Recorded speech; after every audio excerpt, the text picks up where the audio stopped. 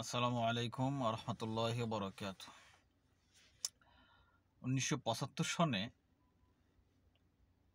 একটা স্বৈরাচার বিদায় হওয়ার পর প্রেসিডেন্ট জিয়াউর রহমান উনি রাষ্ট্রপতির দায়িত্বে আসেন, ক্ষমতায় আসেন। তো ওনার সময়ে মানে তখন খুব সমস্যা হয়েছিল দেশে। একটা হচ্ছে যে এমনি তো দুর্নীতি, তারপরে দেশের যে 12টা বাজিয়ে দিয়ে গিয়েছিল সে অবস্থায়, তারপর আবার প্রাকৃতিক দুর্যোগ, বন্যায় অনেক ক্ষয়ক্ষতি হয়েছিল তখন। এটা যে কোনো লোক তখন ক্ষমতায় এসে এটাকে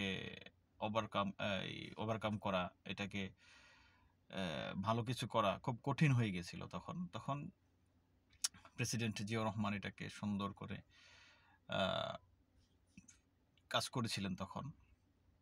তো সেই প্রেক্ষাপটে আমরা যদি এখন বর্তমানে বাংলাদেশের অবস্থা বিবেচনা করি, তাহলে দেখতে পারবো 15 বছর প্রায় দেড় যুগের মতো একটা স্বৈরাচার সরকার দেশকে পরিচালনা করতে গিয়ে করেছে, এবং দেশের এমন কোনো সেক্টর নেই যে দুর্নীতি, তারপরে লুট, হরিলুট, মহালুট এগুলি করে নাই বা হয় নাই। তো এই অবস্থায় মানে দেশের অর্থনীতির অবস্থা খুব বাজে, 12টা বাজাই দিয়ে গেছে। পরে এখন মনে করেন যে তারপরে আবার স্বৈরাচার পলানের পরেই এই বন্যা হয়েছে।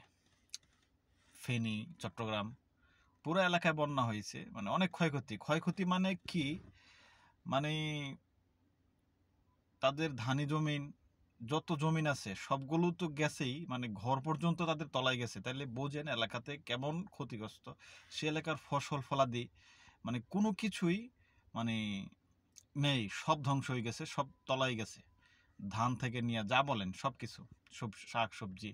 বাংলাদেশের ওই এলাকা থেকে সবজির ঘাটতি ভালো পূরণ করে থাকে, কিন্তু ওই সবজিটার ঘাটতি রয়ে গেছে। তারপর আবার আমাদের এই উত্তরবঙ্গে যে বন্যাটা হলো এবার, সেখানেও সেম অবস্থা।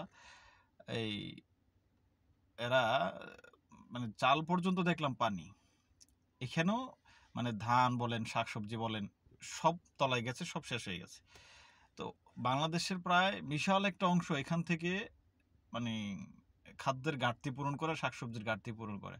তো ওই এলাকাটা সবটাই তলায় গেছে। এখন আপনি যেভাবেই বলেন, যে কোনো অবস্থায় এখন ওই কালকে দেখলাম এই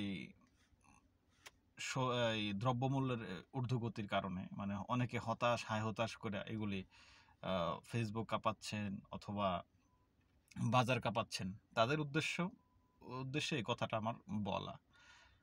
তো দেশের পরিস্থিতি সার্বিক বিবেচনায় একটু মানে চিন্তা করতে হয় যে আসলে কি অবস্থাটা হয়েছে।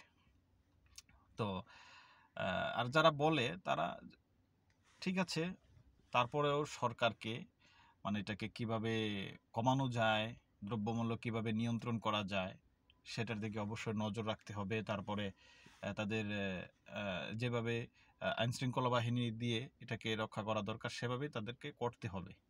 এটা হচ্ছে মানে কথা আর কি। তো আশা করি সবাই ব্যাপারটি বুঝতে পেরেছেন। ভালো থাকবেন, সুস্থ থাকবেন। আসসালামু আলাইকুম রহমতুল্লাহ।